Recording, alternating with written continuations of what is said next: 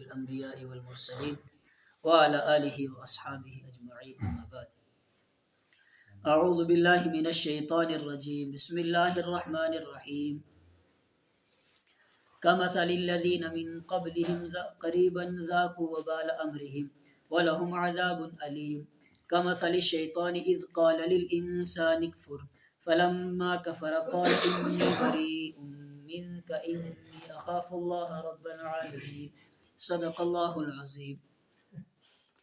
سورہ حشر چل رہی تھی ہماری، اور سورہ حشر کے اندر قبیلہ بنو نذیر کا قصہ سنا ہم نے، اور پھر ساتھ میں منافقین کا۔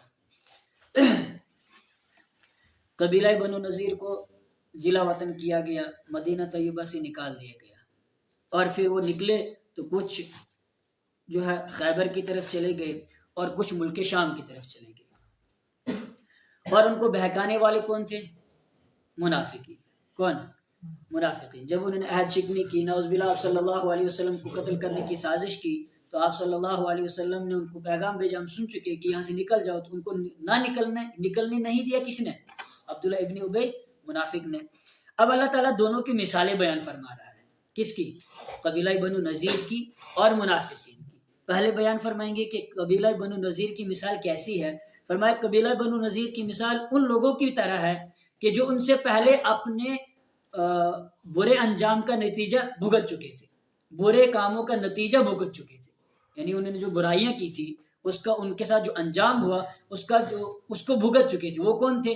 قبیلہ بنو قینقاع۔ میں نے شروع میں بتایا تھا کہ مدینہ کے اندر یہود کے 3 قبیلے تھے بڑے بڑے۔ کون کون سے؟ بنو قینقاع، بنو نذیر اور بنو قریظہ۔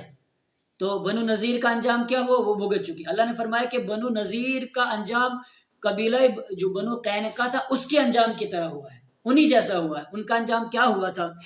پہلے اس کو قصے کو سنتے ہیں، اس کے بعد پھر آیت کا ترجمہ کرتے ہیں۔ جب رحمت عالم صلی اللہ علیہ وسلم مدینہ طیبہ ہجرت کر کے تشریف لائے تو قبیلوں یہودیوں کے ساتھ واسطہ پڑا۔ پھر ان تمام یہودی جتنے بھی قبائل تھے یہود کے، ان کے ساتھ ایک معاہدہ ہوا، صلح ہوئی۔ اس میں کچھ باتوں کا ذکر تھا، بطور خاص ایک بات یہ تھی کہ یہودی تینوں قبیلے جو یہودیوں کے ہیں وہ مسلمانوں کے کسی بھی دشمن کی مدد نہیں کریں گے۔ یہ بات خاص طور سے اس میں ذکر تھی، اس معاہدے کے اندر لکھی ہوئی تھی کہ مسلمانوں کے جو مخالفین ہیں، مسلمانوں کے جو دشمن ہیں، تو کوئی بھی قبیلہ ان کی مدد نہیں کرے گا۔ لیکن جس موقع پر غزوہ بدر ہوئی، غزوہ بدر کے موقع پر قبیلہ بنو قینقاع نے کفار مکہ کے ساتھ، مشرکین مکہ کے ساتھ خفیہ سازشیں کی، اور پھر ساتھ ساتھ ان کو جنگی سامان بھی مہیا کیا۔ کیا کیا؟ ان کو جنگی سامان بھی مہیا کیا۔ جب انہوں نے جنگی سامان مہیا کیا، مشرکین مکہ کے ساتھ خفیہ سازشیں کی، اب سمجھو وہ جو معاہدہ ہوا تھا وہ کیا ہو گیا؟ وہ ختم ہو گیا، وہ ٹوٹ گیا۔ تو اللہ نے قرآن کریم کی آیت سورہ انفال کے اندر ہم پڑھ چکے، وَإِمَّا تَخَافَنَّ مِن قَوْمٍ خِيَانَةً فَانبِذْ إِلَيْهِمْ عَلَىٰ سَوَاءٍ۔ اگر آپ کو کسی قوم کے بارے میں یہ ڈر ہو کہ وہ صلح کو کیا کر دے گی؟ توڑ دے گی، ختم کر دے گی، وہ صلح کی پاسداری نہیں کر سکے گی، معاہدہ جو کیا ہے اس کی پاسداری نہیں کر سکے گی، فَانبِذْ إِلَيْهِمْ عَلَىٰ سَوَاءٍ، تو آپ پھینک دیجیے ان کی طرف برابری کے طور پر، یعنی ان کے درمیان میں اعلان کر دیجیے، ان کو کہہ دیجیے اور پیغام بھیج دیجیے کہ جو ہمارا اور تمہارا معاہدہ تھا اب وہ برقرار نہیں رہ سکتا، لہٰذا اب تمہیں اختیار ہے، تم جو چاہو کرو، ہمیں اختیار ہے، ہم جو چاہیں کر سکتے ہیں۔ تو جب انہوں نے کفار مکہ کے ساتھ، مشرکین مکہ کے ساتھ خفیہ سازشیں کی اور پھر ان کی امداد کی، جنگی سامان ان کو مہیا کیا، ان کو دیا، تو آپ علیہ السلام نے ان کے اوپر حملہ کرنے کا ارادہ فرمایا، فوج کشی کا ارادہ فرمایا۔ کیوں؟ اس لیے کہ وہ عہد کو توڑ چکے تھے۔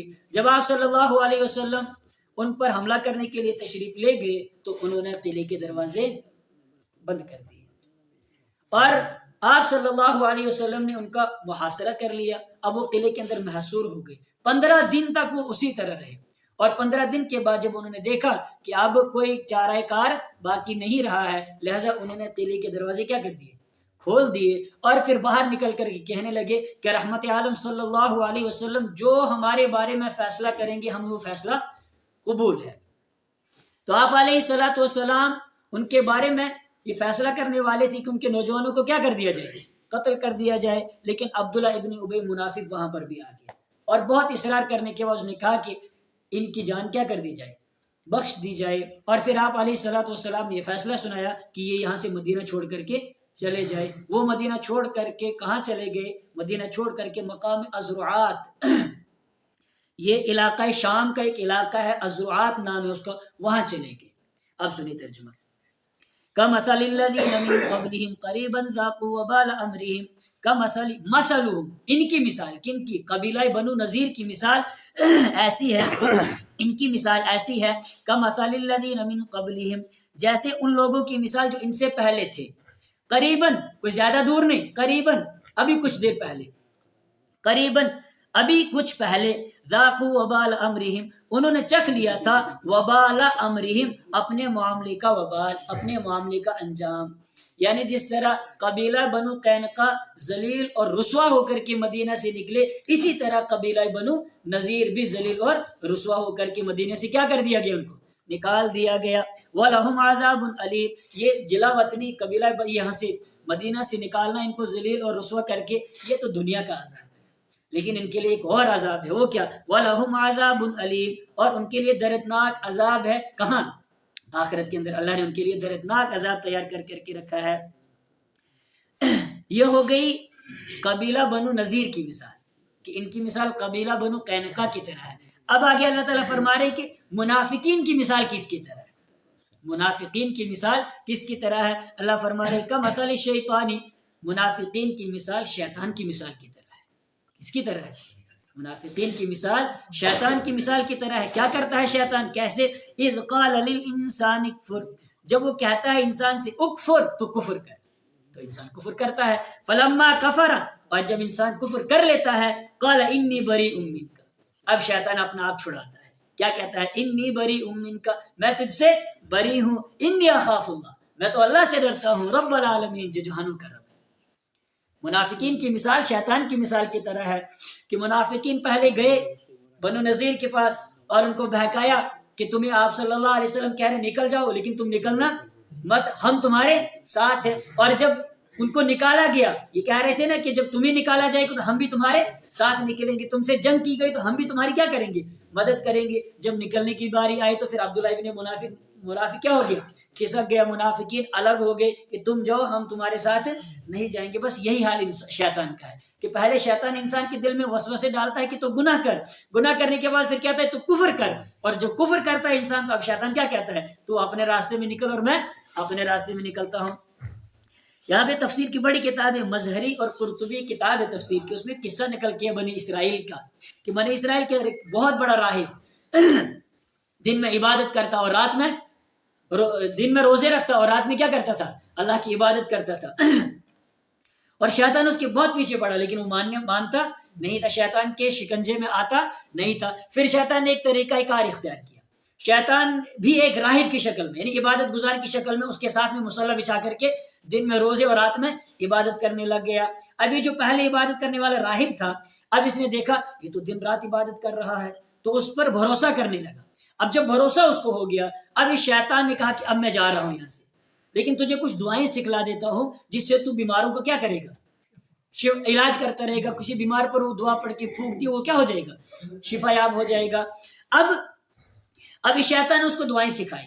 اب جب اس نے دعائیں سیکھ لی، یہ شیطان نکل گیا. یہ شیطان جا کر کے لوگوں پر اس کا اپنا اثر ڈالنے لگا. اب وہ بیمار ہو جاتے اور پھر خود ہی ان بیماروں کو پتہ بتاتا اس راہب کا. وہ لوگ آتے اس راہب کے پاس اور آ کر کے اس سے کیا کراتے؟ دم کرواتے، اور وہ کیا ہو جاتے؟ صحت یاب ہو جاتے. اس طرح رفتہ رفتہ اس شیطان نے اس وہاں کا جو سردار تھا، اس کی ایک حسین اور خوبصورت لڑکی، اس پر اثر ڈال دیا. اب خود ہی اس راہب کا کیا بتا دیا؟ پتہ بھی بتا دیا. اب جب یہ لڑکی کو لے کر کے اس کے پاس آئے، جھاڑ پھونک کی، تو لڑکی کیا ہو جاتی؟ ٹھیک ہو جاتی تھی. رفتہ رفتہ رفتہ اس شیطان نے اس راہب کو اس کے ساتھ زنا کرا دیا. کیا کرا دیا؟ زنا کرا دیا. اب جب زنا ہو گیا تو حمل ٹھہر گیا. اب جب حمل ٹھہر گیا، اب اس شیطان نے ہی اس کے دل میں ڈالا اس کو کیا کر دے؟ تو قتل کر دے. اب جو وہ قتل ہو گئی، اب یہ شیطان اٹھا اور لوگوں میں کہا کہ راہب نے کیا کر دیا؟ ایک عورت کا قتل کر دیا. اب لوگوں نے کہا کہ اس نے چونکہ اس لڑکی کا قتل کیا ہے، لہٰذا بدلے میں اس راہب کو کیا کیا جائے گا؟ قتل کیا جائے گا. اب یہ شیطان ایک چیز اس کے پاس آیا، کہنے لگا کہ اب تیرے بچنے کی کوئی بھی صورت نہیں ہے، ایک ہی صورت ہے، میں تجھے بچا سکتا ہوں۔ اس نے کہا کیا صورت ہے؟ اس نے کہا کہ تو میرے سامنے کیا کر، سجدہ کر۔ اب جب اس نے سجدہ کیا، اب شیطان نے کہا کہ میں تجھ سے کیا ہوں، بس میں یہ تجھ سے یہی چاہتا تھا کہ میں تجھ سے کیا کرانا چاہتا تھا، کفر کرانا چاہتا تھا۔ وہی اللہ فرما رہے کہ منافقین کی مثال شیطان کی طرح ہے۔ شیطان انسان سے کیا کرتا ہے؟ پہلے کفر کراتا ہے، فلما کفر، اور جب انسان کفر کر لیتا ہے، قال انی بریء منک، شیطان کہتا ہے میں تجھ سے بری ہوں، انی اخاف اللہ، میں اللہ سے ڈرتا ہوں، رب العالمین، جو جہانوں کا رب ہے۔ اب ایک بات ہے یہاں پر کہ شیطان کہہ رہا ہے کہ میں اللہ سے ڈرتا ہوں، اس کا مطلب شیطان مسلمان ہو گیا؟ فرمایا نہ۔ جب انسان زنا کرتا ہے تو شیطان کہتا ہے کہ دور ہو جا، کہیں تجھ پر جو قہر نازل ہو رہا ہے اللہ کا، کہیں وہ مجھ پر قہر نازل نہ ہو جائے۔ رہا آخرت کا عذاب، تو آخرت کے عذاب سے ڈر کر کے وہ ایمان لانے والا نہیں ہے، یہ تو صرف ڈرتا ہے دنیا کے عذاب سے، کہیں دنیا کے اندر مجھ پر قہر نازل نہ ہو جائے۔